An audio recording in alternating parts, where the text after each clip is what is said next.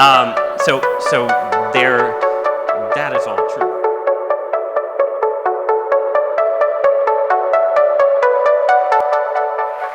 Good evening. Good evening. And welcome to the Archbishop Fulton Sheen Center for Thought and Culture. We as a Center for Thought and Culture, more than anything, are proud of the fact that the word thought is the first thing in our subhead. And tonight, I've been looking forward to tonight more than any other event that we're doing the first half of this season, for obvious reasons. We live in a time where thought and nuanced discussion is needed more than ever. But at the Sheen Center, we do lots here. We do theater, we do film. There's a show going on downstairs tonight in our Black Box Theater. We have an art gallery. We have 4 rehearsal studios. There'll be over 150 events here this year. And if you're not a member, I know there's quite a few new members of the Sheen Center in the audience tonight. But think about becoming one. And if you want to know what we're doing, just go to sheencenter.org. I'm going to give you a quick sneak peek at something nobody else has heard about or seen, and that is what we're going to do in the second half of the season. For those of you who like things like this, events on thought, the great George Weigel will be here for an author's night. We're doing another night on a great author about a new book about Jackie Robinson and how his faith actually is what got him through all the tough times in breaking the color barrier in baseball. We're going to do a documentary on Emmett Till. We're doing a conversation about race in America. We're doing a play about C.S. Lewis and J.R.R. Tolkien. We're doing another revival of The Rainmaker with Blackfriars Theater. And we will also be doing Civility in America Part 2. And that's going to be on the media as opposed to tonight's discussion on religion. And the one on the media will be with a liberal, i.e. Chris Matthews from MSNBC, and a conservative, Larry Kudlow of CNBC. So I really hope you will come to that one. It'll be also moderated by the genius who's going to be the moderator tonight, Father Matt Malone, who's also a board member of the Sheen Center. We are a unique place thanks to the vision of Cardinal Dolan. There is nothing like this in the United States.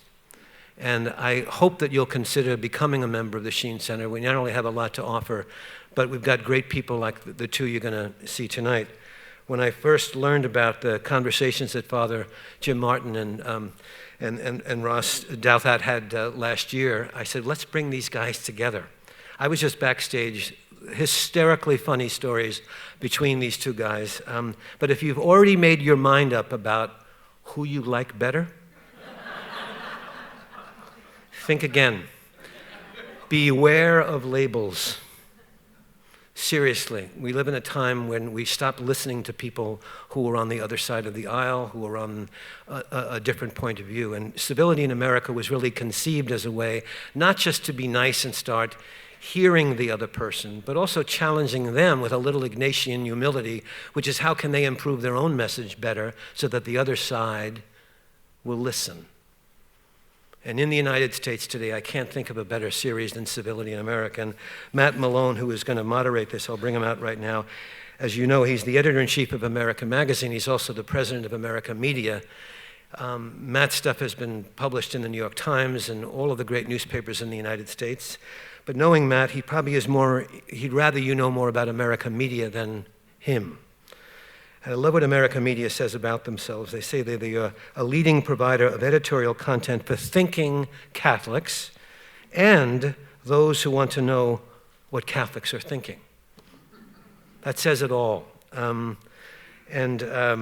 love the fact, whether it's popes or it's presidents, America for over 100 years has really been a very sane place where dialogue needs to take place. So for us as a not-for-profit organization at the Sheen Center, we have a board of directors.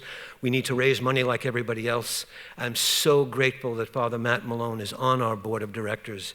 And I'm so grateful to be able to partner with America Media, a perfect partner for a place called the Sheen Center for Thought and Culture. Ladies and gentlemen, our board member, Father Matt Malone.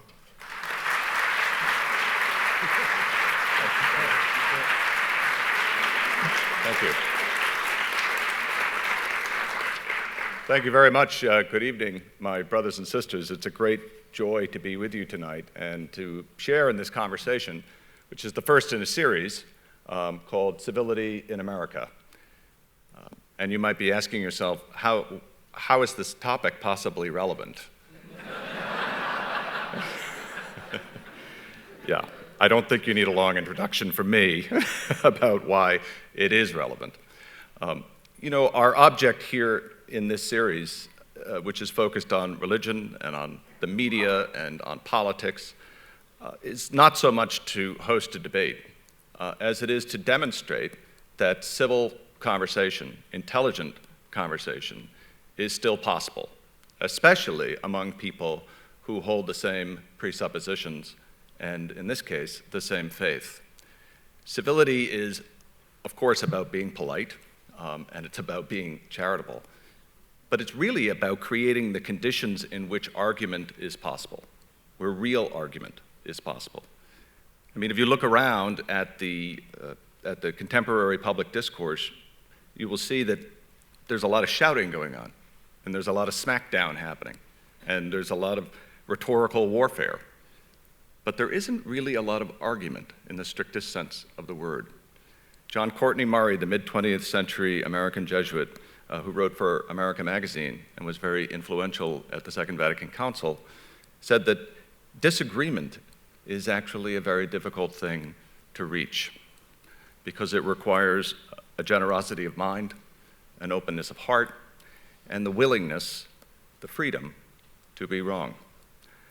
Our series here, in partnership with the Sheen Center, is intended to demonstrate that that is still possible in this country, and that it is possible within our church. We asked to begin this conversation, to begin this series with two people who are prominent public intellectuals, Ross Douthat of the New York Times and Jim Martin, Father Jim Martin of America Magazine, both widely respected, both intelligent, both faithful Christians who often disagree with one another and have had a spirited public exchange. And we said, if we can demonstrate as a church that we can have disagreement with one another, that we can engage in argument with one another, and we can do it in a way that's intelligent and charitable, then we can hold that up to the larger culture and say, say to our neighbors, this is still possible. It is still possible. I can't imagine a better way to begin the series. I will not read to you their bios. You know who they are, and you know where they are coming from. Just please join me in welcoming Ross Douthat and Father James Martin.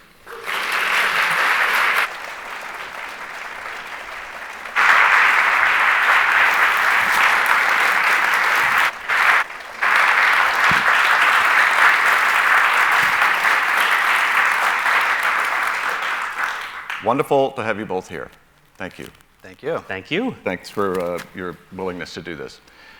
I guess I should like to begin by asking whether you think, and whether you experience as Catholic Christians, whether you think that there is a duty on the part of Christians to represent a certain kind of voice in the public discourse, and whether and how that plays out in your own work.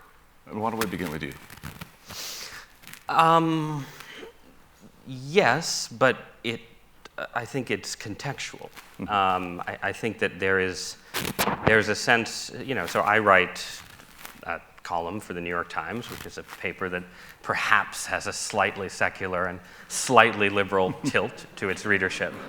Really? So I've heard, I'm told by people who read the comment threads that there might be a slight tilt there.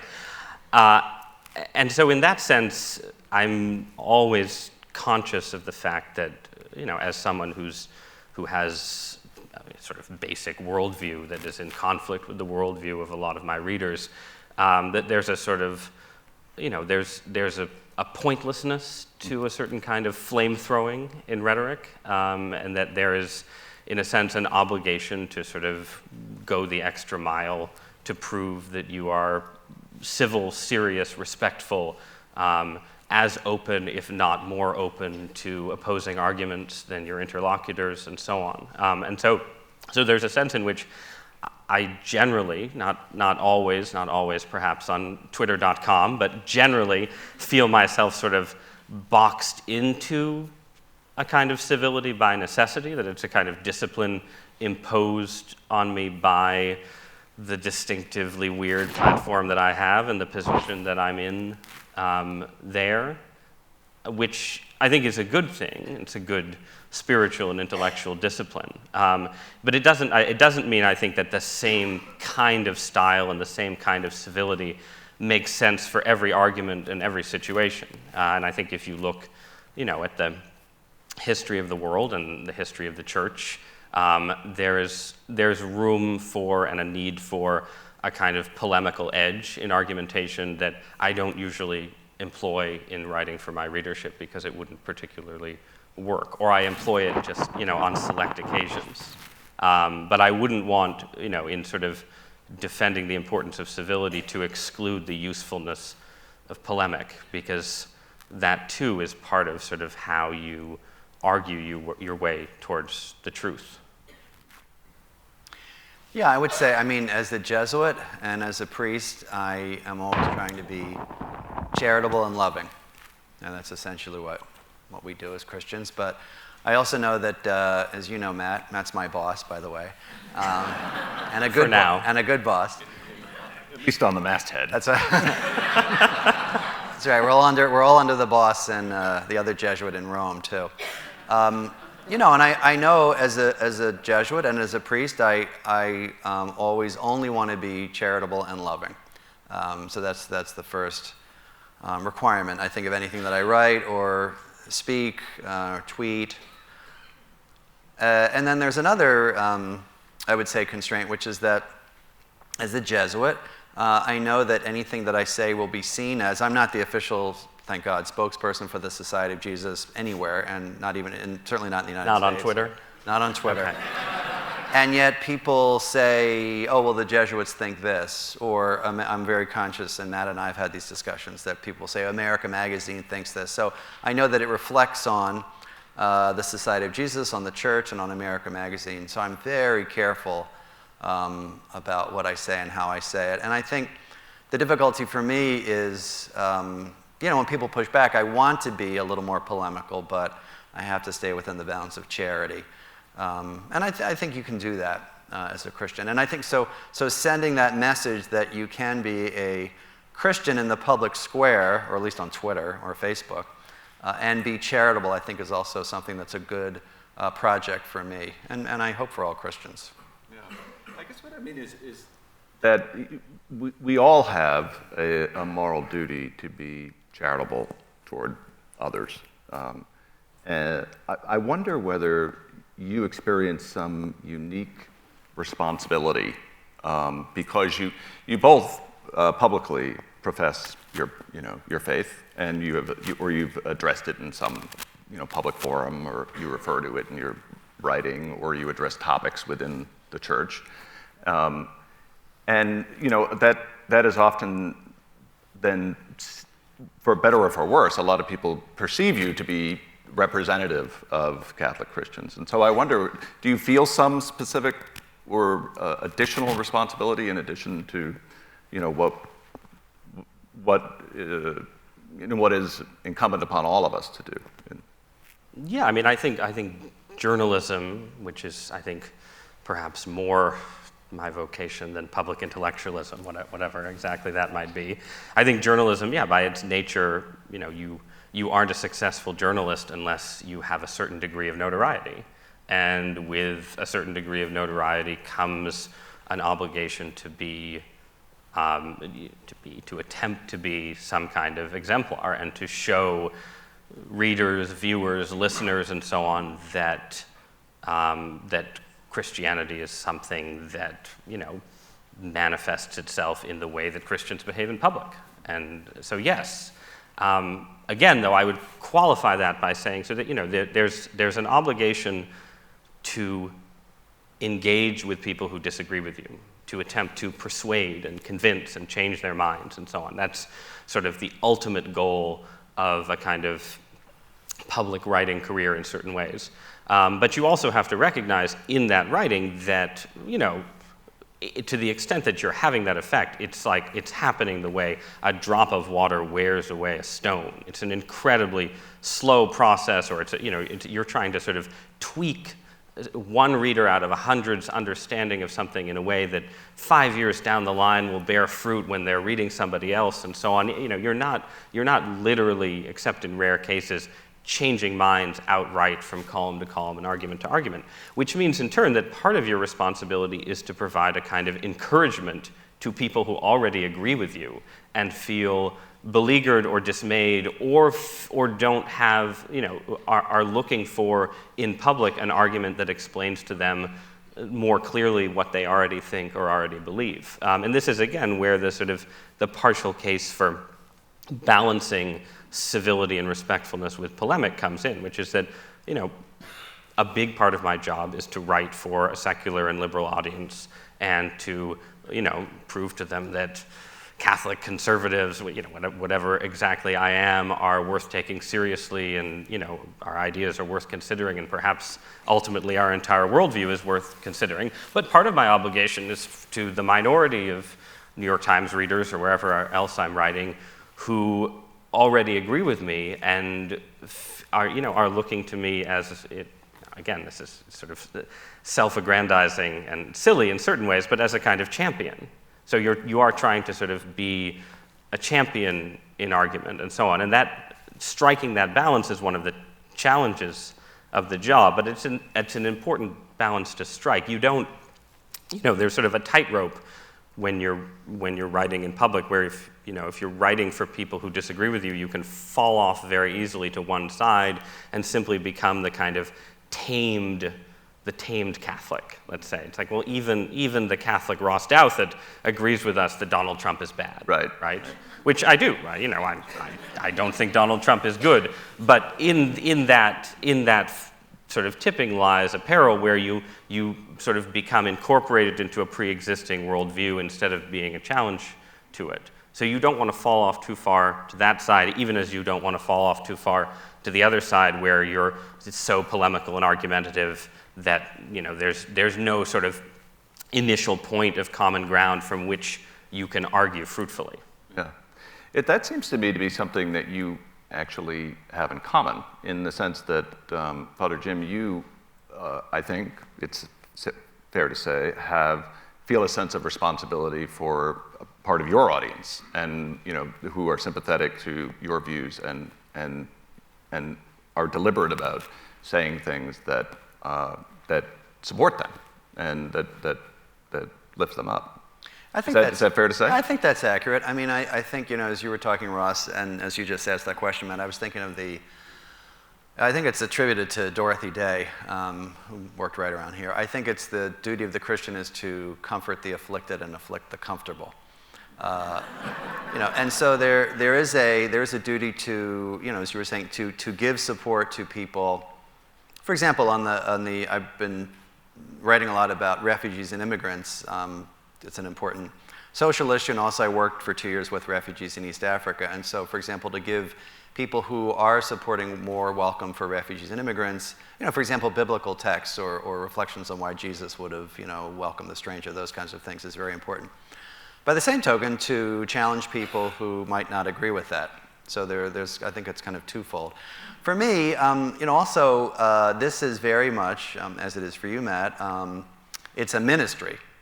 And so I see all of what I do in writing, but beyond in my priestly ministry and my Jesuit ministry, as the ministry that flows out of my Jesuit vocation, and it is a ministry of the Word. So that's very Jesuit. One of the first things that St. Ignatius did when he founded the Society of Jesus, or after he did, was to buy a printing press, right? And so Jesuits have always been known as preachers and writers and ministers of the Word. So, when I'm on Twitter or Facebook, or I write books or articles for America, it is for me a ministry, and it is very much like preparing a homily.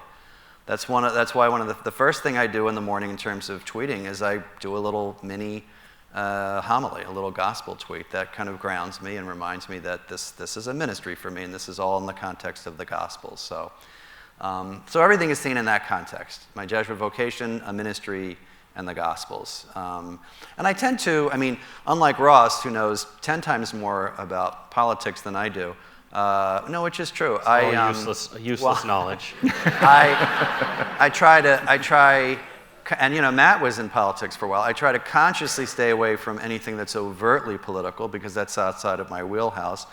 And also, I think it's not a good thing for priests or religious to get involved in that way. But as we see from Pope Francis, if I tweet something out that is something from the gospel or that's based on something that Jesus taught, and it has political implications, that doesn't bother me. Or if there is a political event that's going on that deserves a Catholic or Christian vantage point, I'm happy to engage that way too.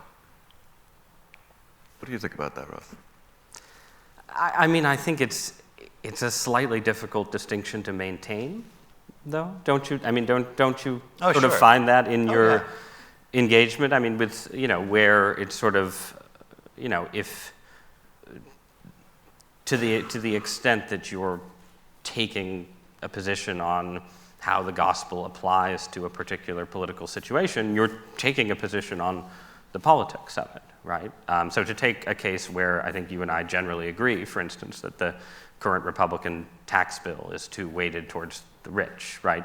You're taking a position there that is, rooted in Catholic social teaching and so on, but it also requires a specific judgment about the contents of the bill and, ultimately sort of specific, empirical questions about the growth effects of the bill, to what extent is supply side theory correct versus other economic theories and so on. And I think, what I occasionally see in your critics on Twitter is a sort of frustration with the first part of the argument, that you're sort of not engaging in politics, when they feel that, in the second part of the argument you clearly are, and that there's a distinction there that doesn't necessarily hold, right? Where it's easier for me because I'm just engaging, and I'm a political columnist. It's all politics, and I pretend to expertise that isn't actually vindicated in the real world. No, that's true, and I think that's a fair point, and it is an art. When is it political and when is it not political? And I try as far as possible to just apply the gospel, because also the gospel, we have to actualize the gospel in some way, and so in some way you have to kind of engage that political sphere. But I really try hard to, not use political language, for one thing, Democrat, Republican. I try not to, say who to vote for, those kinds of things. So yeah, they're going to have political implications, but I try very hard to just sort of say this is a gospel passage, for example, or this is a sort of theological understanding of Catholic social teaching that I think is helpful for this situation, without tipping my hand too much. And I think for most people, I think they understand what I'm trying to do. And I think it's part of the Jesuit call to find God in all things, to really mix things up in the world. But it's sometimes it's a hard boundary to figure out, where it is. It seems to me that you both feel some obligation to support the folks that you feel are part of your core audience, and also to challenge folks that you feel need to be challenged. How do you know when you've gone too far? How do you know when you've stepped the line? Or more, I suppose maybe a better way of putting it is to say, how do you know when you're about to? Right. And then you take a step back. How do you know when you're about to? I think that I generally don't tweet, write, speak when I'm very angry about something. When I'm tempted to do ad hominem attacks, on the person, I take a step back. And also when I don't know anything about the situation, I won't say anything. And so those are always places where I know not to say something. So if I'm very angry, whatever has happened in the political world or the religious world, if I am tempted to attack the person, I'm so angry at person XYZ, or if I don't know anything about the situation, why would I say anything if I don't know anything about something? I'm not going to, for example, like the intricacies of the tax bill. I mean, I went to Wharton, I know a little bit about, tax accounting, things like that, but, I'm not going to just sort of shoot my mouth off about a particular thing that I know nothing about. It's very hard to know by the comments if you've said something untoward, because I've often said that I can say that Jesus Christ is the Son of God, and I would get hate tweets saying, "Why don't you like the Holy Spirit?" And also, I think that there's a certain level of, there's a certain lack of, sometimes, I will say, those are always good weasel words, sometimes a lack of theological education, that if you say something that is very simple, Jesus is fully human and fully divine, you will get people who will just go insane. And so in other words, the pushback sometimes does not indicate that you have stepped over the boundary, right? I mean, I trust my conscience and thoughtful people who might push back to say, "Oh, that's interesting, maybe I've gotten that wrong." But the amount of hate tweets that you get does not indicate necessarily that you've crossed the line. It just may mean that you've crossed someone else's line, which is what Jesus did. So I think theological tweeting is very dangerous. Because I'm not a scholar, but one of my favorite lines, and this is a friend of mine who is a theology professor at Fordham University, who will go nameless. And again, I do not have this credential, but she said once in a tweet, she said something perfectly reasonable about the nature of God, and she got all these hate tweets, about people who clearly did not have the same sort of theological education that this PhD did. And she said, "Your ability to Google does not equal my PhD." And so, in other words, that does not necessarily mean, the pushback that you get on social media does not necessarily mean that you've said something untoward. Okay, well, I agree with the last part. And I think that, it's a grave mistake to assume that just because you're making people upset, that you have necessarily crossed a line, and people just get upset no matter what. That's the nature of the internet. And then there's, and I completely agree about the ad hominem issue. I think that regardless, there are very rare circumstances, like the death of Hugh Hefner, where an ad hominem attack seems to me entirely appropriate. And with those exceptions, it is almost always, regardless of whether it is absolutely morally correct or not, it is almost always counterproductive, because it makes you look bad, petty, small, bigoted, stupid, sexist, and so on down the line, depending on anti-Jesuit, depending on who you happen to be attacking.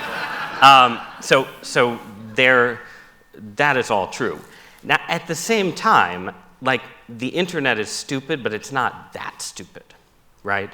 And there are times when, we are all, well, I'm going to make a comparison that you can then disagree with slightly, but I sometimes feel that the way I engage with certain secular readers, a little bit to my left politically, might be similar to the way that you engage with certain Catholics who might be slightly more conservative than you are, in the sense that you think you're engaged in a kind of constructive dialogue whose ultimate point is to sort of bring those readers along to your position. And when people point that out, as they do with me quite frequently, they'll say, "Don't you understand? He's trying to get you to join him in some sort of integralist Catholic theocracy, with his clever tricks." That can be absurd, but it can also be true, in the sense that, I'm not actually trying to build a Catholic theocracy, whatever that might be, but I am trying, when I make an argument with liberals about, let's say we're talking about, the rape and sexual assault crisis on campus and so on. And I'll say, well, here's my perfectly reasonable suggestion: we should return to single-sex dorms on college campuses. And I think that's a perfectly reasonable suggestion that could be embraced by secular liberals without doing violence to any of their basic premises. Right. But it is also true that I have a broader intellectual project in mind, which goes well beyond single-sex dorms on college campuses, and is connected to views of marriage and abortion and the sexual revolution and everything else that is in conflict with basic liberal premises. So people who say, when he says this sort of innocent-seeming thing, he's actually trying to get to X, Y, and Z, those people aren't wrong. And similarly, I think in some of the arguments that you might have with, maybe people to your right theologically, or that this anonymous scholar might have with people who are sort of quick to Google, I don't know if it's completely true that, that sort of things that seem innocent and simple are completely innocent and simple, in that you do have a larger worldview that you're trying to persuade people and draw people into, and things like Christology, the nature of the Eucharist, and so on down a longer list, are all connected to that worldview. So while some of the people saying, some of the people Googling up, a document from the Council of whatever in the 17th century are doing so either in bad faith or in this sort of ignorant Google Catholic kind of way, sometimes the challenge is correct insofar as they want to drive on to the next point. They want to say, okay, yes, we agree with you, Father Martin, on this specific point, but you want to go to X, and we want to go to X too, and we want to argue there. And it's not entirely fair to them, as it's not entirely fair to my liberal interlocutors, to pretend that you don't ultimately want to get to point X. You do ultimately want to get to point X, right? Well, no. Okay. Civil disagreement. No, I mean, we're modeling it right here. I do understand what you're saying, and I appreciate it, but I think for me it's more like a parable. I mean, the parable is put out by Jesus to get to, as they say, to tease the mind into active thought.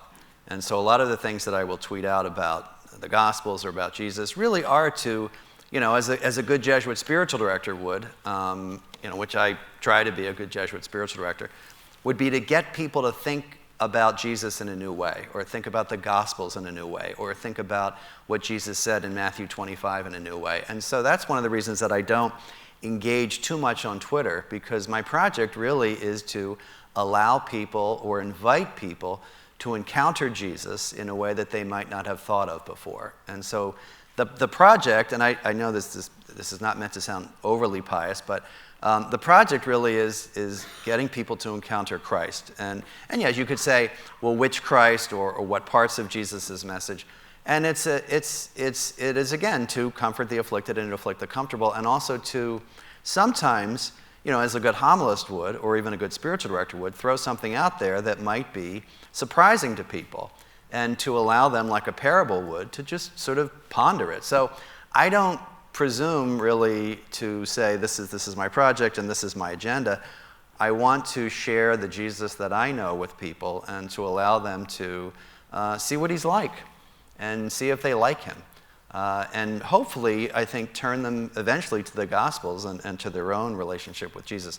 So that's why I find that these people on social media that try to pin me down and kind of engage me in a debate, it would be like engaging Jesus in a debate about the parables. Like, well, what do you mean the woman who sweeps up her house to find a coin? Are you saying that God is a woman?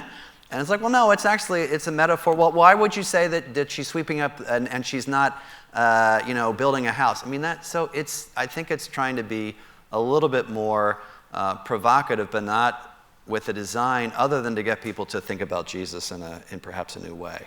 That really is my project as a Jesuit. And if they think that it has an agenda, then I can't do much about that. But you do have theological and moral convictions. Oh, I do, but I don't feel... And you do have an opinion on, Sure. some of the specific controversies that occasionally we've differed on in sort of the Francis pontificate, right? Correct. And so in that sense, it would be unlikely, I think, psychologically, if those issues, which are, I think, issues of great moment in the church, didn't inform these sometimes teasing, sometimes elliptical provocations. Sure, but I don't. I mean, take the example of we were talking about film before we came on, because of, this center hosts a lot of wonderful events on the arts and film and so on. But in the case, you did a lot of work on Martin Scorsese's Silence. And you wrote a lot about it, and you wrote sort of interpretations of the film that you specifically sort of used them to engage with intra-Catholic debates about Amoris Laetitia and those kind of things. So it's not, I think it's fair to say that we're all engaged in an argument about the future of Catholicism right now, an argument that the Holy Father himself has sort of invited.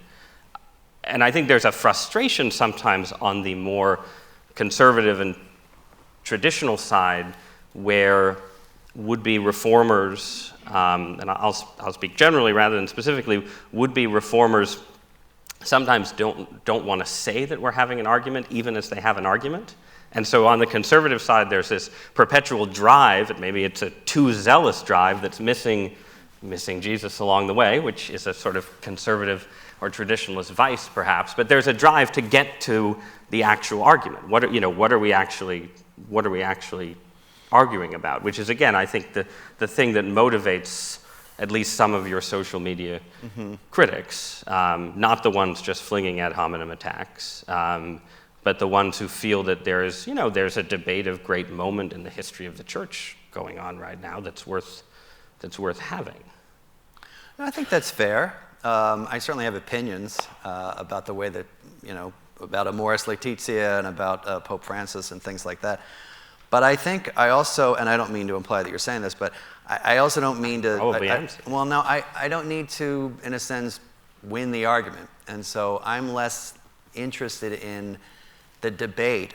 Because time is greater than space. No, yeah, because... Space is greater... Right. I'm less interested in the debate and more interested in kind of encouraging people to think about things in a new way. As Jesus in the Gospels is less interested, for example, when he is asked... Sometimes. But when he is asked about the reign of God, he does not respond with a definition. He responds with stories. Called parables. The reign of God is like this. And it frustrated people back then, and I think I'm much more comfortable with that, as you say, elliptical or parabolic way of speaking.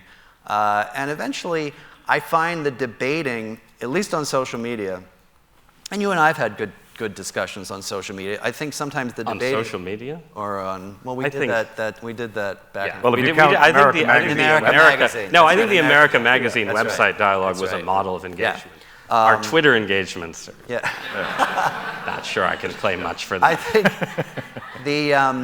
I'm less interested in having debate because I find that theological and religious debates on social media, sometimes with more traditional Catholics, devolve into just proof texting and quotations. And I find that not very appealing and not very convincing for people. So if someone quotes me something from Pope Benedict and I quote something from the Gospels and they quote something back to me from the Council of Trent, and I find that they sometimes... It's all good stuff, though. It is good stuff.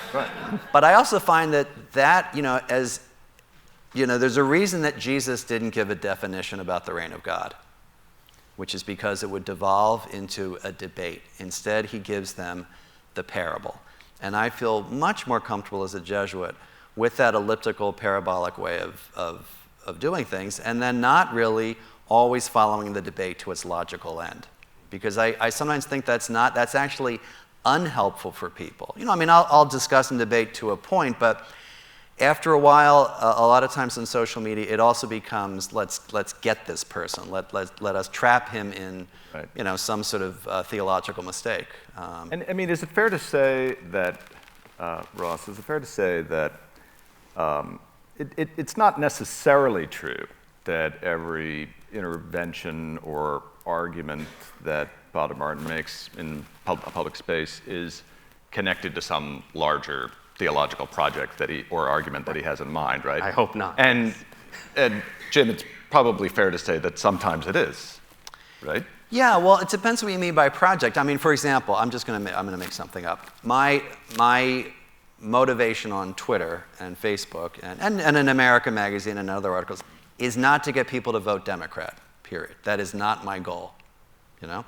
My motivation is really to get them to encounter Jesus. It would be the same kinds of things that I consider it the same way that I consider a homily. And that a homily may have certain political implications or overtones, but it is about the gospel, just as the stuff that Jesus said in his times had certain political implications that he was okay with. So I try as far as possible to be focused on Jesus. And the other thing, Ross, is that I also find that, I mean, maybe unlike yourself, I find the debates, qua debates, not enjoyable for me. I would much rather, go back to my book on prayer. I don't find them enjoyable. And maybe someone who's more of a polemicist or more of someone who's, used to kind of debating politically enjoys that more. I find that I don't enjoy it, and so that's another reason personally why I kind of step back from it. It's not enjoyable for me. Mm-hmm. So I'm much happier sort of giving a story or throwing out something that's like a homily than I am with, going at it with someone hammer and tongs. Mm-hmm. Yeah, but you want something from the conversation that doesn't, or yes, I feel like you feel isn't there. Again, to be sort of more general than the particular case of my disagreements with Father Martin, I think that there are, as in other areas of our common life, in Catholicism right now, there are very important questions up for debate that have, I think, implications in many cases that go well beyond sort of the particular divorce and remarriage and communion question, that sort of go to, again, the very nature of the church, but also the very nature and person of Jesus Christ. It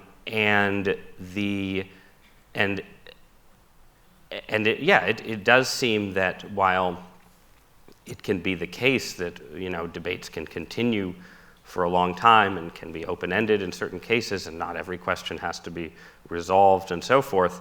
It's also the case that these questions are resolved in the actual life of the church every day in specific ways.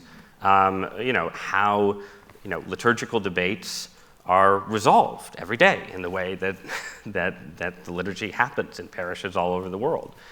Specific moral and theological debates are resolved every day in the choices that Catholics make about the sins that they confess, the life choices they make, whether they take communion, when and how they get married, and so on. There are immense and sweeping practical implications for these sort of abstract theological debates. And of course, moment to moment, sort of those individual choices are not being conditioned by either newspaper columns or papal encyclicals. But over time, since Catholicism is a culture in which we all try and live and move and have our being and so on, those intellectual debates do, inevitably shape the choices people make, the way they pray, the way they believe, what they think about the person of Jesus, who they think Jesus is, to what extent do you see Jesus primarily as a figure who avoids sort of narrow and too specific answers and speaks in parables and stories and narratives and so on, and to what extent do you see Jesus as someone who does that, but also on particular questions delivers very hard to accept answers that send people running away from him because they think those answers are too hard to accept, too hard for people to live out, too difficult to believe, and so on. And again, sort of the view of Jesus that you have, and you don't just see this in Catholicism, you see this all across the constellation of Protestant churches, inevitably informs the way people live out their faith and the way churches develop and transform over time. So I probably have a stronger appetite for this kind of argument than Father Martin does, and probably that reflects a certain kind of journalistic personality disorder that you're required to have to be a pundit. But at the same time, I think there is a justifiable frustration in, to bring it to a finer point, right? The central question before the church right now, boiled down, you might say, is how can doctrine, what does it mean, what do we mean when we say doctrine can develop, right? What are the limits of the development of doctrine? What can change and what can't change? And there is, I think, a conspicuous failure on the conservative side, less so on the traditionalist side, but on the conservative side, to have a completely coherent story about what can change and what can't that makes sense of all the very real changes that have happened in the Catholic Church since the 19th century and through Vatican II to the present. But if there is that real failure on the conservative side, on the liberal side, there is a risk that, there's a risk of sort of descending into a kind of pure papal positivism, where you're simply saying, well, doctrine develops when the Pope says it develops, and we sort of work up the intellectual explanations after the fact and so on, which is a Protestant caricature of Catholicism brought to life in certain ways. And, I don't like seeing that caricature brought to life. I don't find it persuasive or convincing or something that I can realistically put my trust in. And so to that extent, there is a need on both sides of this divide that we have over these various controverted questions to think more deeply and argue more deeply about what we believe when we say the church can change this and can't change this, and where the lines are, and what kind of system or theory actually makes sense of it. And that's not your job in particular, that's not your ministry in particular, but it's the backdrop of a lot of these controversies right now. Well, and I would agree with that. I think that development of doctrine is a key question for the church. You think it's the central question? No, I'm not. I'm now going to sound pious again. I think the central question for the church and for Catholics is, who is Jesus? I think that is the central question. I think people are still coming to encounter Jesus, and that is always going to be the question for the church, to get people to encounter Jesus. I think the development of doctrine helps people to understand that. I think talk about frustration, I think the thing that frustrates me with some of the more traditionalist Catholics is that doctrine, as you were saying, has always developed. Doctrine has developed since, Peter and Paul argued about circumcision, right? I mean, we're always sort of developing doctrine. The essentials stay the same. Of course, the question is, what are the essentials? But, I mean, we look at the Second Vatican Council, we look at even St. John Paul, and all of his social encyclicals, who in those social encyclicals developed the doctrine of the Catholic social teaching, deeper and deeper and deeper. And my frustration is that suddenly, some traditionalists, now that Francis is here, suddenly have a problem with development of doctrine. That it was fine under. Well, the traditionalists are consistent, though. The traditionalists had a problem with John Paul and to a lesser extent with Benedict, but even with him, it's the conservatives who I think you're more, the sort of thus far and no further. Yeah, and I don't understand really. I really have a hard time understanding. And again, this is not you. Some people. Who often critique Francis, particularly Catholics, who say that, who openly attack Francis and who openly attack, some of his teachings, like Amoris Laetitia, which is, it's a magisterial teaching now, who under John Paul and under Benedict said that any disagreement with the Pope in any way was kind of dissenting. And that, to me, is the great paradox or irony of the antipathy against Pope Francis. That is to say, people who said that you could never disagree with Pope John Paul or Pope Benedict are now disagreeing with Pope Francis all over the place. And it's a very hard thing for me to see, because I think it's a kind of continuation. I don't think it's a rupture.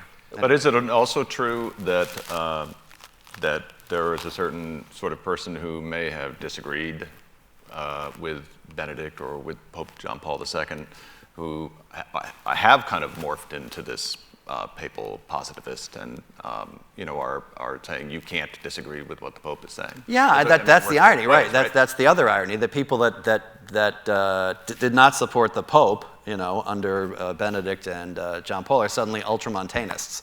Right. They're suddenly as John O'Malley says, papalatry. So yeah, I think it's to help people see. I mean, to your point, For me, more important than, in a sense, winning the argument is to help people see church history, to help people see the gospel, to help point things out to them that they might not normally know. And that's how I see my role, which is to get people, Catholics especially, to get them to think about things and maybe point something out that they might not have known before about church teaching. You know, it's funny, one of my favorite tweets recently was one by Dave Gibson, who now runs Fordham Center for Culture. It was a Religion News Service reporter, who tweeted a very strong quote from Pope Benedict, Pope Emeritus Benedict, about the primacy of conscience, from 1962. And so to sort of, encourage people to say, look, here are some things that are part of our tradition that you might not be aware of, and that, that is a lot richer and deeper than just these kind of yes or no, black or white debates that we're having. But at the same time, there's and again, as you kindly exclude me, I will exclude you, but there is an argument that essentially, I think, tries to exclude everything that happened in church history before 1962. Correct. Right? Where, you have sort of, especially maybe younger traditionalist inclined Catholics sort of digging back into the magisterium of the 19th century popes.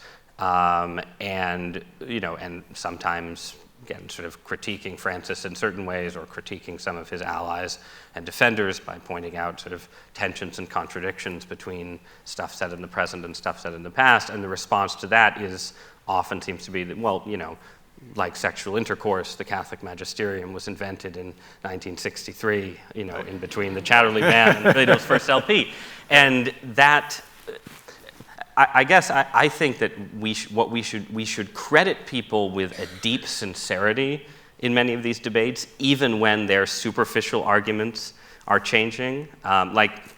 Yes, at the level of sort of pope-to-pope specifics, there is a kind of very bizarre and sometimes amusing and sometimes ridiculous flip-flop that's happened over the last two pontificates.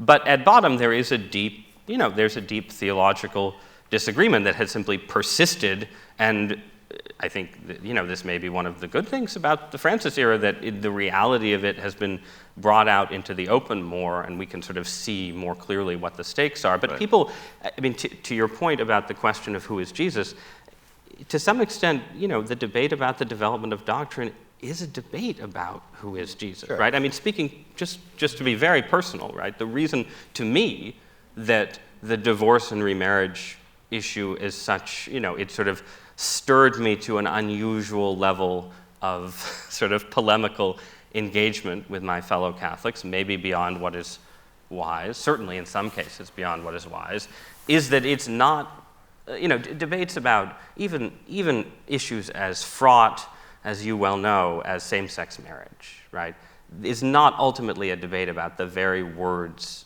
of Jesus himself. Mm-hmm.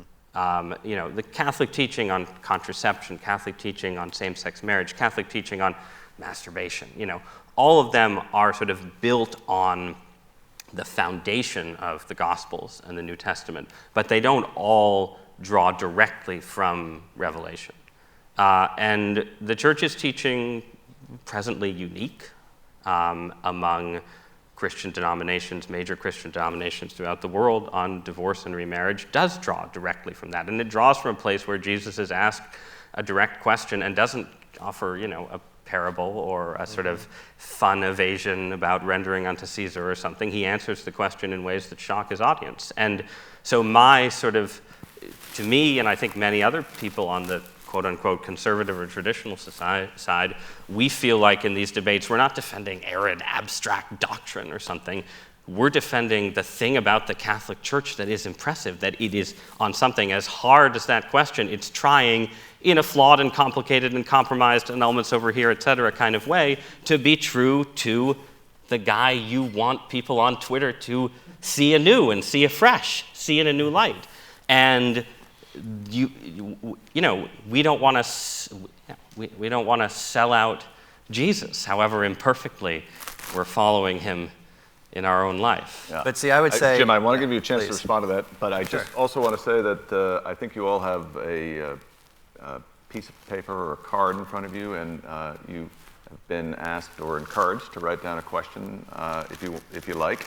If you can start to do that and move those cards toward the end of the rows, then somebody will collect them, and we'll be able to get to a few shortly.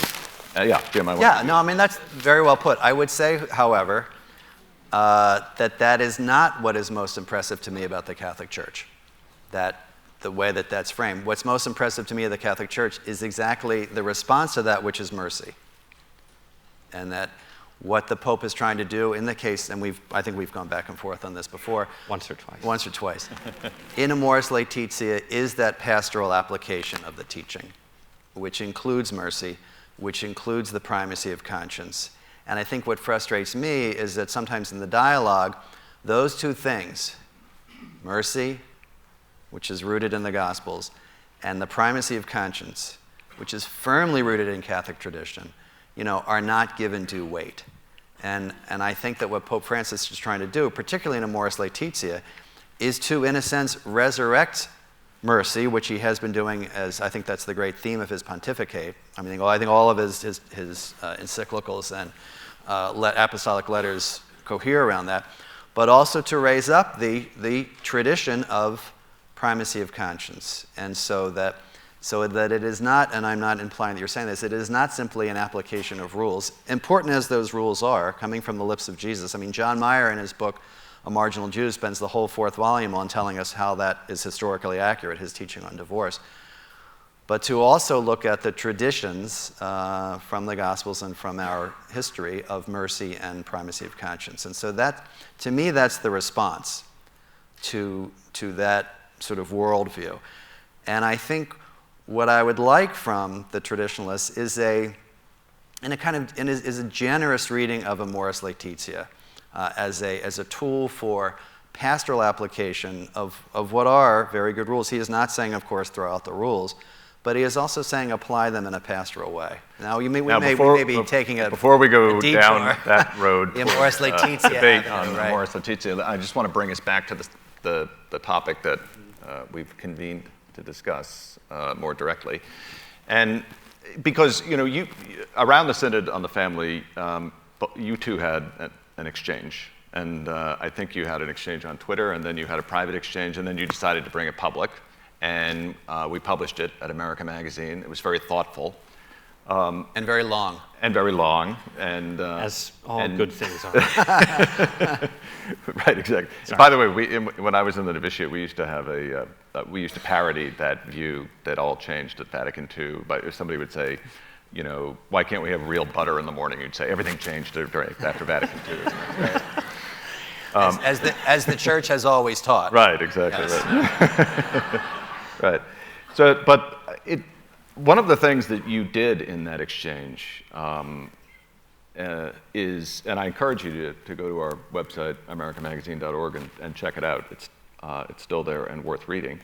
Is you both acknowledged the difficulty with even finding the right language to talk about how we disagree with one another as church, right? You both kind of acknowledged that this dyadic or binary way of talking about the church is somewhat problematic, and I agree with that. But yet at the same time, to your point, Ross, there are serious issues at stake here, and there are serious disagreements, and we need to have an argument in the truest sense of the term. How do we do that as a church in a way that doesn't simply replicate the problems that we have with the discourse in the public square? Well, I would say two things. First of all, I would say always by assuming the best of people. I mean, I assume, and I know, just from his writing, that Ross is a good Catholic. So I assume that, I know that. You try to be a good Catholic. Appearances can be deceiving. But in the best possible way, you assume the person has good intentions, that this is not a person who's out to destroy the church or something like that.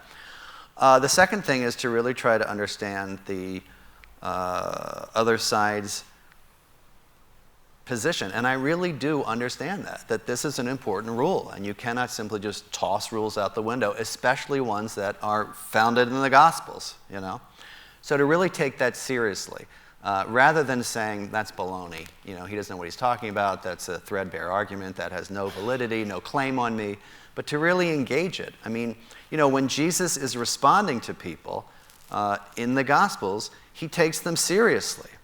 You know, when people say, what is the reign of God? Is it here yet? He doesn't say, well, that's a stupid question, right? I'm not answering that, pass me the fish. No, he says, let me try to explain it to you. So he takes them seriously. He tries to understand where they're coming from. And he also, I think this is very important, he speaks in their language. And so one of the things I always like to say is that when Jesus met the first disciples by the Sea of Galilee, he does not speak in the language of a carpenter. He does not say, let us construct the house of God. He does not say, let us lay the foundations for the reign of God. He says, come follow me and I will make you fishers of men, fishers of people, actually. He's speaking to them in their language. So I think part of it is taking people where they are, whoever it is, if it's Ross Douthat or someone on Twitter or someone in the parish who stops me on the steps, speak to them in their language, understand what they're trying to ask, presume good intentions. And I don't think you can go wrong with that. If you keep those in mind, I think you'll be fine. You may not convince the person, you may not persuade the person, but I think it's the basis for a good conversation. I agree with that. And sufficiently that I'm struggling to add something. I guess I would say, to again adopt in my appointed role, adopt a slightly more pessimistic tone. I think it is also important to recognize that,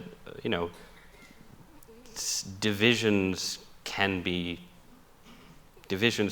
real and ultimately unbridgeable at times. And this is my anxiety about the church to which we belong in the age of Francis, is that the divisions, the sort of the sunlight that Francis has brought to bear on intra-Catholic disagreements and divides has revealed a deeper disagreement, again, and one that cuts to the central question about who is Jesus, a deeper division than I thought. And this was probably naive of me, and like many more conservative-leaning Catholics, you come of age in the 1990s and early 2000s, and you have this idea that we had this, these huge debates in the 60s and 70s, and then John Paul II settled them, and so on. And so there was I think naivete in that view, of which I have been disabused. But the reality is that Father Martin and I, who have been on good terms generally for a long time, and was kind enough to blurb my last book, which hopefully he doesn't regret, and we are further apart, I think, theologically than I thought 5 years ago, and that means that ultimately I'm wronger or you're wronger than I thought, and that's a reality, and it's and it's a truth, and the truth will set you free, and all that. So it's good to know that, but you can't, there are fault lines within the church that are real, and we have to be aware of that as we debate. The irony, though, is that under Francis, there is more division and there is more ferment. And I think one of the reasons is that he's allowing it. Because, theologians under John Paul and Benedict were silenced. And so therefore, there's a greater openness, I think, to just that division. So in a sense, I don't know if there's more division. I think that it's just allowed to be public. No, I think that's right, with, a few notable theological exceptions who have suffered some professional consequences for disagreeing with Francis. But setting those aside, I think it's correct, yes, that it's not that. Well, I think there are certain ways in which Francis has created divisions, but in many ways, the divisions that the Holy Father that have sort of come to light are sort of. It's good to know about them. It's good to have people be honest about what they believe and be honest in disagreement and all of that. So yes, I agree. And the other thing is, I don't think you, so therefore I don't think you can, one cannot name any theologians who have been silenced by the CDF under Francis, in the last 5 years, which was not the case under John Paul and under Benedict. The other thing I think that I see that disturbs me is, I don't remember any high-level cardinals under Benedict or John Paul being so critical publicly as they are today. That to me is astonishing. And not that they can't do it, but I think that there's something about Francis that allows people to be really hostile and almost threatening to Francis in a way that simply would not have been countenanced under John Paul or Benedict, or maybe even Paul VI. So I think what he's trying to do, as he said, is to kind of get that discussion going. And like any good Jesuit, what he's allowing is this kind of discernment, this kind of communal group discernment that is going on in the church. He's not afraid of that. In a Jesuit community or in a Jesuit province, when you say to people, what do you think?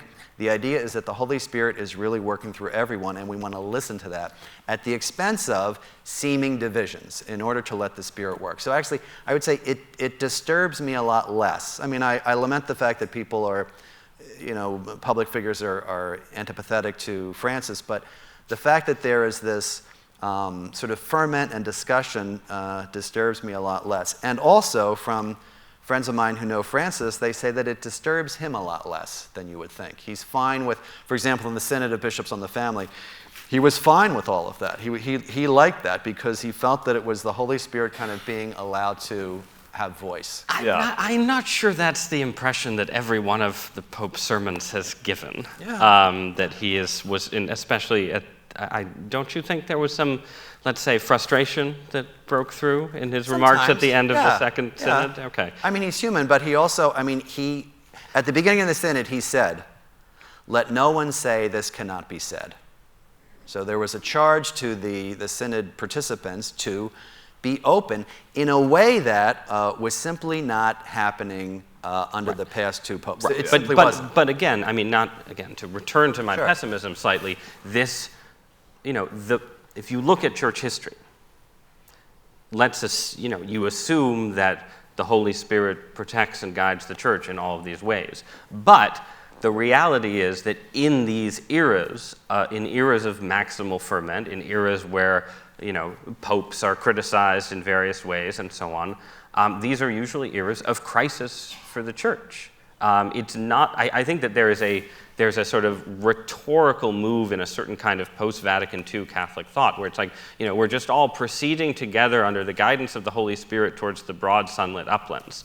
But nothing in church history should give you confidence that that's actually how things happen. The Protestant Reformation, the Great Schism, the division with Orthodoxy, all of the conflicts in the early centuries of the church. In each of these periods, the church advances and endures and thrives and so on, but it does so through periods of crisis, apostasy, schism, civil war, and so on. So I just don't. I think to the extent to the extent that the conflict is real and must come, then let it come. But we shouldn't be sort of overly sunny and optimistic about how everything's just going to work out fine. It didn't work out fine in Europe for No, but by the same token, you look at the great church councils at Chalcedon. I think they were coming to blows. Right. And out of that does come, development and wisdom and inspiration. And I look back at St. Paul, who says I had to go to St. Peter and I told him he was wrong to his face. So in a sense, I don't think there was ever a time when the church was kind of quiescent. And I think that it's better to have, as Francis would say, this sort of ferment out in the open so that people can reflect on it rather than being silenced, literally. Well, I think that there's, just if I may make this observation as a way of bringing us back to the central topic. Oh, we're being civil. Yes. So, which is whether so Arius far, so was good. right. No, whether Nicholas was right when he.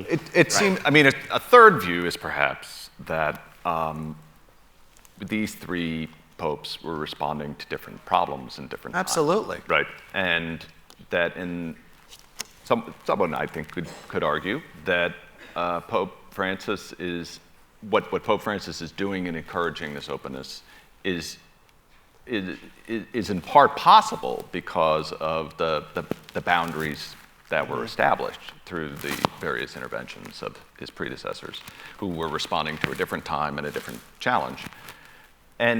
But in order for that to even work, I think you have to believe that there is a force at work, that the Holy Spirit is at work, that it is guiding the church and giving us the right person at the right moment in its history. But that has to be different. I don't think you. I mean, I think again, you have to have cosmic optimism, yes. But as none other than Benedict Ratzinger himself said, you can't believe that the Holy Spirit picks every pope, because then the Holy Spirit is picking the pope who rapes and murders pilgrims. Right.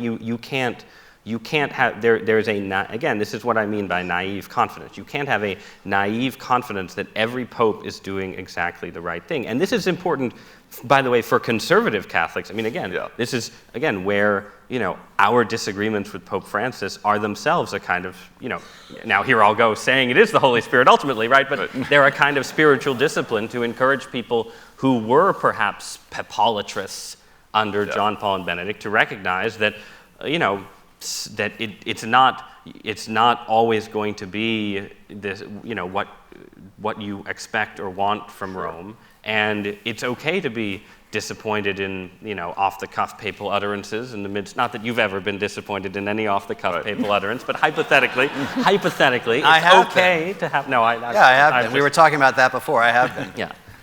But it's I take your point, and I don't mean to suggest that. What I meant to say was that you to have at the same time, you're right. The Holy Spirit doesn't come in a very direct way, pick every single pope, but at the same time, it's also not the case that it's simply a process where, like the American political system, where we go from one administration to another, and so forth. That's entirely contingent. So I guess on human influence, right? So my question then is, in terms of having a conversation as a church, or an argument as a church, does that change the way that we approach that argument, the way we need to have that argument? That it's not a polis, it's a different kind of reality. Well, you have to have a kind of ultimate optimism, right? No, which does, I completely agree. Which does have to inform your arguments in a way, like if your side is right, then you have to believe that you will be ultimately vindicated, and it might take 400 years, but you will be. And if your side is wrong, you have to believe that it's a good thing that you're wrong, right? That too is part of the unfolding plan. So in that sense, yes, the stakes are not what they are for secular utopians of right and left engaged in these arguments where, if you lose at the ballot box, you could lose forever or something. Mm-hmm. The reality is that,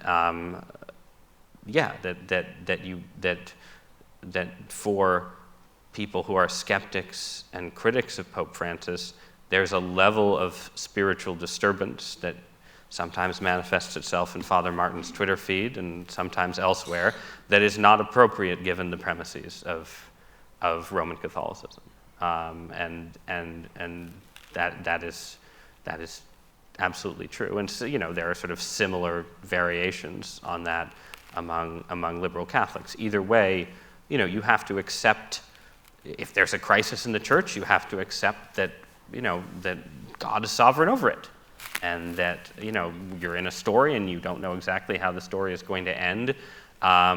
But you have confidence in the ultimate ending, and so that in turn enables you to have a certain level of charity in debates that that you don't necessarily get in political battles. Yeah. Do you think that's right? I do. I mean, I think that as you were saying, Matt, we do have to be optimistic because we do believe that the Holy Spirit is guiding the church. And you're right, there was a great quote when Benedict was elected that someone resurrected, where he said, it is not true that the Holy Spirit elects the popes, because there are, as you were saying, there were popes that clearly, were rapacious and venal and things like that. But we do trust that not only that the Holy Spirit is guiding the church, right, in the Holy Spirit's wisdom, but that in particular, the people who are entrusted with the leadership of the church are themselves blessed by a special charism, right? A special grace that comes with their office, we believe, and that they themselves are trying to discern the best things for the church. So while I may have disagreed with different popes on different matters, I would never ever say that they weren't themselves trying to follow their own spirits, right, and their own discernment. So I think that's what's different, that you trust that not only that the Holy Spirit is at work in these church leaders, but that they themselves are trying their best to listen to the signs of the times, to listen to the voice of the Spirit in their lives and in the church. And so I'm always optimistic about the church, and I'm very optimistic under Francis. I mean, you're right.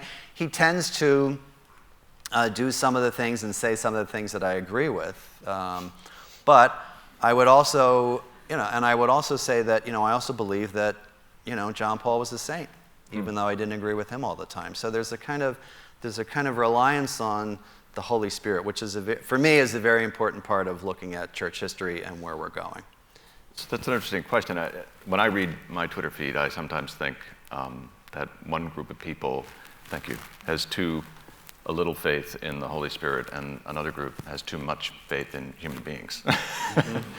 And so how do you balance those things, which is in some sense a thread that runs through the fabric of the history of Christianity. But before we turn to the comments or questions of our audience, I wonder if I could ask, since you were mentioning popes with whom you might agree or disagree, if you could share with us something that this pope has said or done that has made you uncomfortable or that you don't care for. And Ross, what do you love about him? And I would say, I think that's a great question, because I would also say that I hope with the next pope, whoever he is, that we can say the same things. I find, there are a lot of things that I don't agree with, Pope Francis has said. I think that some of his language around women has been very unhelpful. He seems to have still trouble with sort of speaking about women. I think that he has not been as strong as I would have liked on sex abuse. I think that the resignation today of another member of that commission was very disappointing for me. I think sort of those are the two big areas where I think that he has a little ways to go. And I do think that occasionally he speaks off the cuff in ways that are unhelpful, particularly when he decides out of charity to give advice to people like grandparents and husbands and wives and priests, and it sometimes comes off as scolding or hectoring or schoolmarmish, and I know that it makes people sometimes feel that they have been critiqued.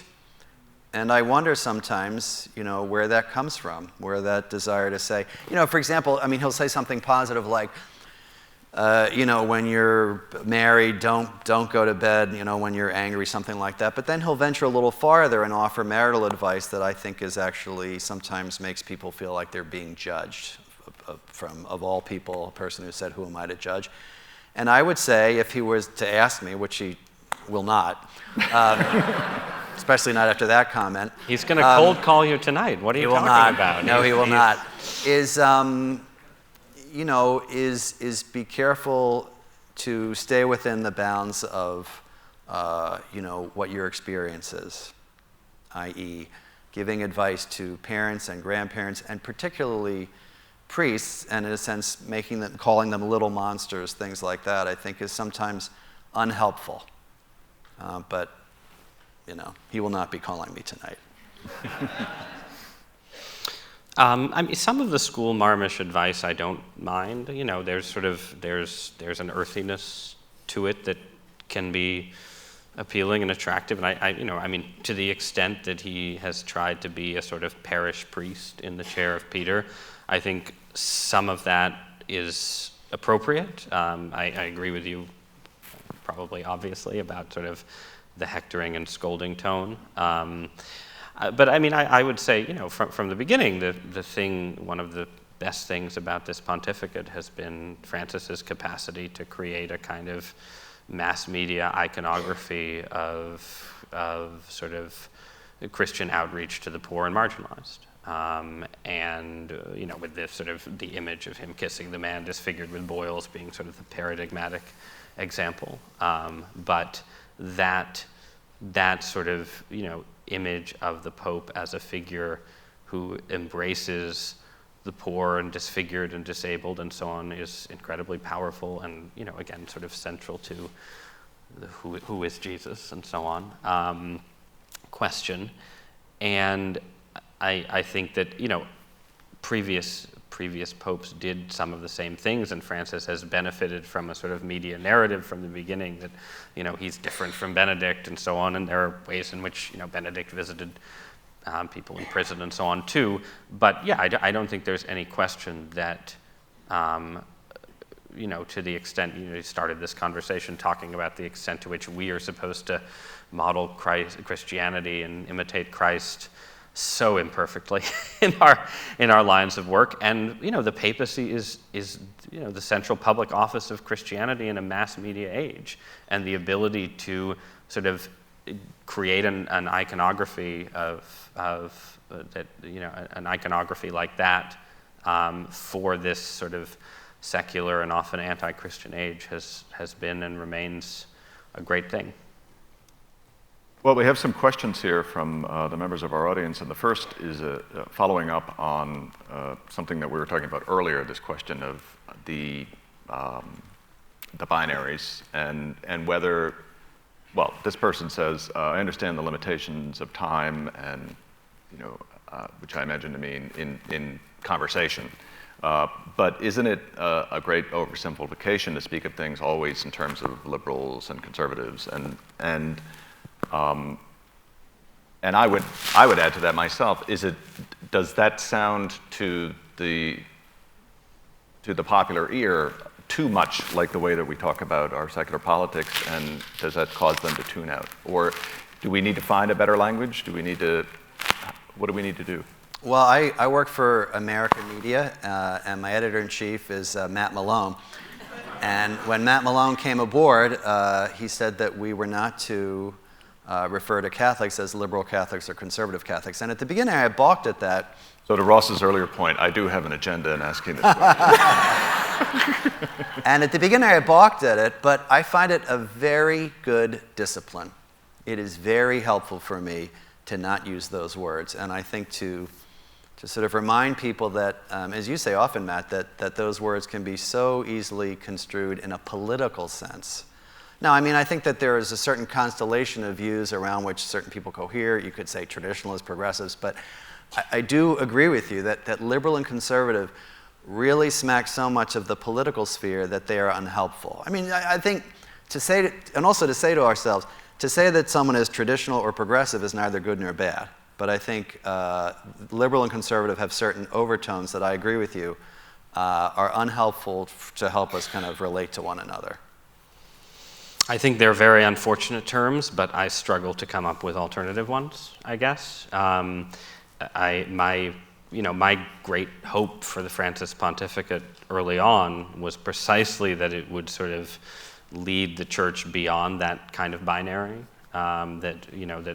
Ultimately the church's social teaching is clearly supposed to transcend the liberal-conservative divide in the West, and also to provide a potential point of synthesis. A society that is pro-life and pro-marriage and social policy, and solidaristic in economic policy, and we can debate endlessly what that means in the details, but that is an alternative to the way the Republican Party and the Democratic Party align right now. And so in that sense, to the extent that we talk about Catholicism in liberal and conservative terms, we are, falling back into the trap of letting partisan categories sort of capture and tame church teaching that's supposed to be beyond them.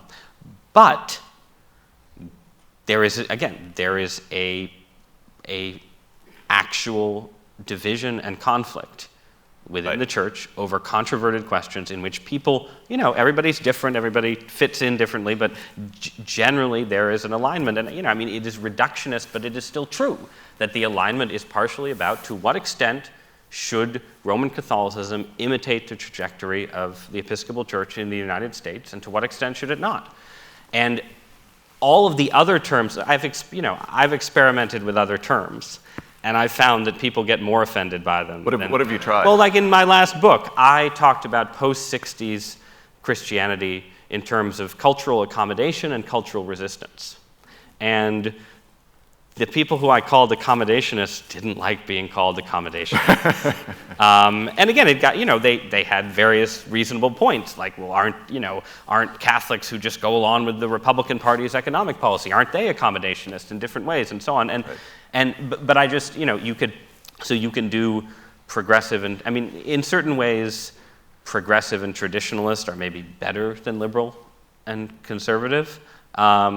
But I imagine that people on both sides have objections to those as well. So I'm open to other terminologies. In the book that, for my sins, I just wrote about some of these debates, though I did end up falling back on them because I didn't have, modernism, right? We can talk about modernism, but nobody wants to say they're a modernist, right? Nobody, I don't think if we were having an argument about a Morrison teaching, and I said, you're a modernist, I don't think you would take that better than my saying you're a liberal. So again, it's sort of, you cycle through terms, and I write, endlessly about this stuff, and I would like better terms, but there is an actual argument that goes on, and you have to have terms that describe those terms of debate. And I'm open to alternatives. What I like about those terms that are your own invention, even if they prove to be difficult and unwieldy or problematic in some way, is that you have to explain them. Yeah. The people with whom you're speaking can't just assume that they know what you mean by that. Whereas with these terms that are so popular in our political discourse, they think they know what they mean when they may not correspond to the reality. I think that's a very good point. Here's an interesting question about how the church should engage with the larger culture in representing our values, and whether it is useful to talk of whether it is still useful to talk about in the public square a Judeo-Christian tradition. It's a huge question. Is it still valuable to talk about a Judeo-Christian tradition in our public square? Absolutely. I think it's essential. And I think that, that there is such a thing, you can point to it, and it's worth. Absolutely. I think one of the great examples for me is, in fact, and I'd mentioned this before, the question of refugees and immigrants, that there is a teaching that reaches back into the Old Testament and that continues into the New Testament with Jesus, that is in fact a classic Judeo-Christian teaching. And so sure, to be able to say that, and to say not simply that this is what Jesus teaches in the Gospels, but this is the Judeo-Christian teaching of welcoming the stranger. So I think it's perfectly appropriate. I think as long as you don't, I would just stop there. I think it's perfectly appropriate. I think I've gone back and forth on this kind of question. 5 years ago, I would have said that some conservatives especially were overestimating the extent to which America or the West was really functionally post-Christian, and that in fact, we were sort of heretically Christian, and divided in our sort of in the influence of Christianity was sort of all over the place and weird and bizarre in all kinds of ways, but fundamentally we weren't post-Christian, and that Nazi Germany was post-Christian, Soviet Union was post-Christian. You could imagine a post-Christian landscape. This wasn't it. In the 5 years since, I've I'm a little more skeptical of that view. I do think, sort of trends on both the left and right, sort of the return of ethno-nationalism on the right, and the extent to which left-wing activism seems to have sort of shed more and more of its kind of liberal Protestant antecedents. That's made me think we are trending. We're not post-Christian, but we're trending post-Christian more than I thought. 5 years ago, and in turn means, the more you enter into a post-Christian culture, the sort of emptier appeals to a common Christian culture become, and the more you have to be sort of specific and say, hi, we're here as the Roman Catholic Church, and we're operating in a landscape that, doesn't have some broad Christian tradition to appeal to, so we're offering our own right here as an alternative. It's funny. I thought I read this in your book, but maybe not. That one author said that we were actually pre-Christian.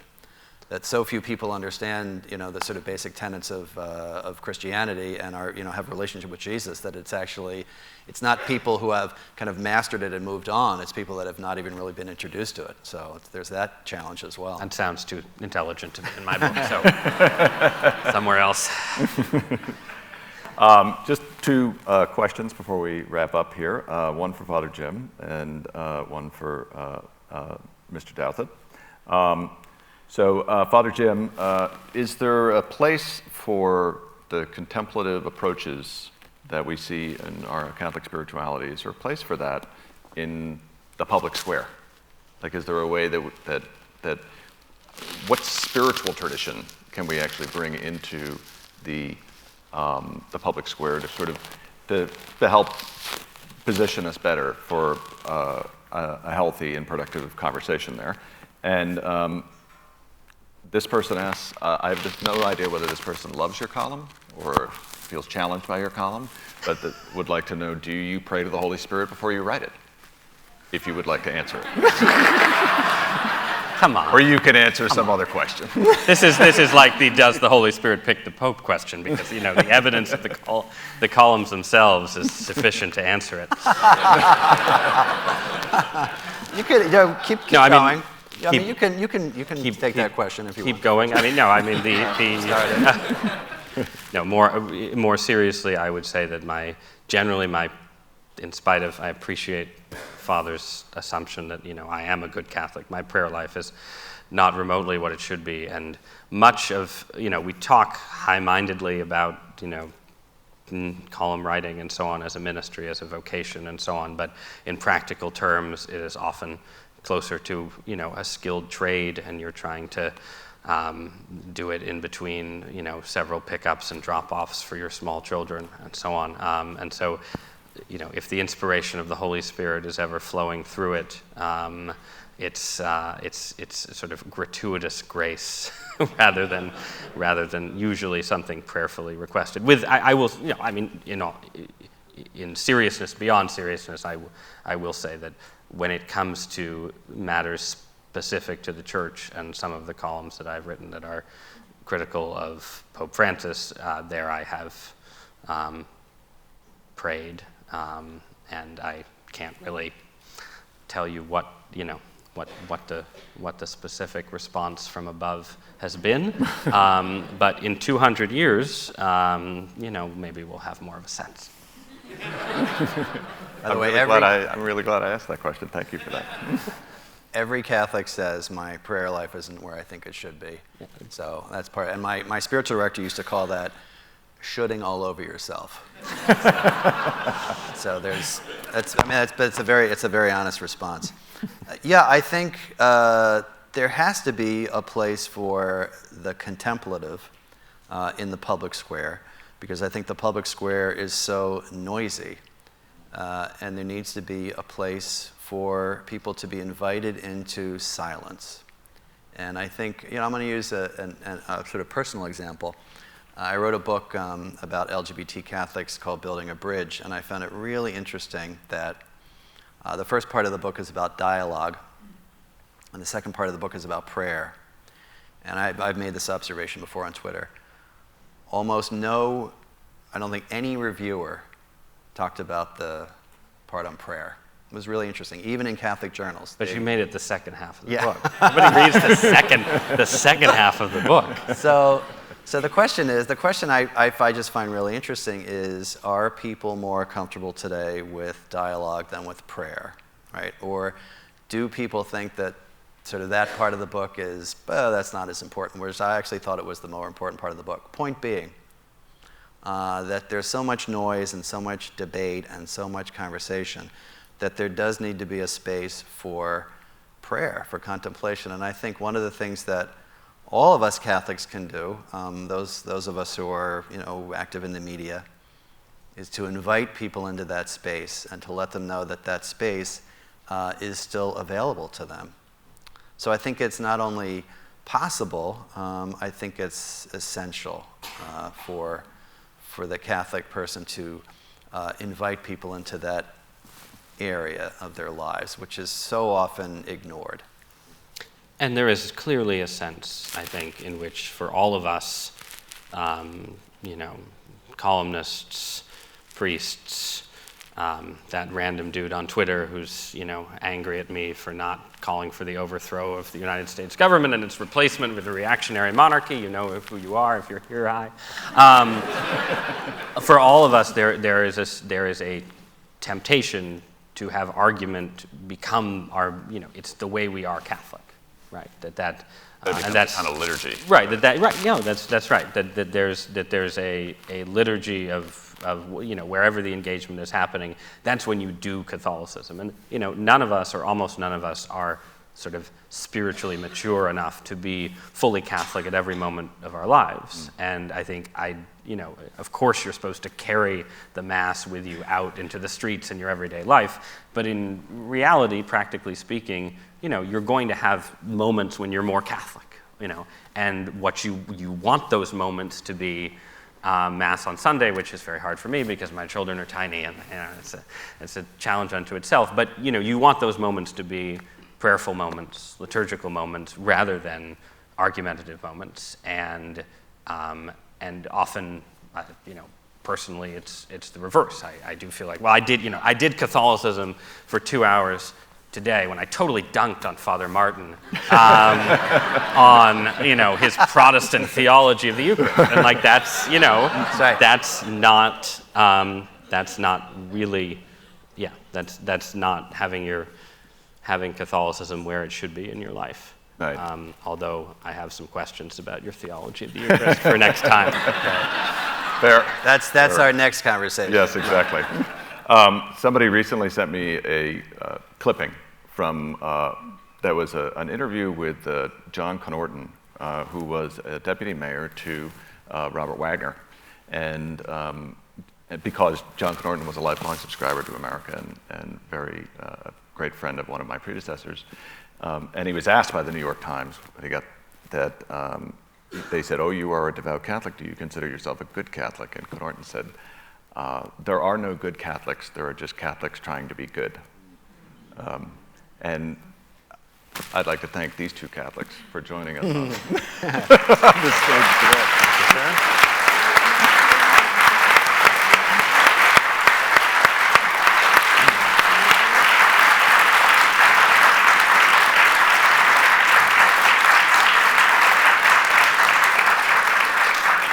No, thank you both. Thank you for your willingness to do this and for your honesty and for a civil conversation. And thank you for joining us. And please have a blessed Advent and a Merry Christmas.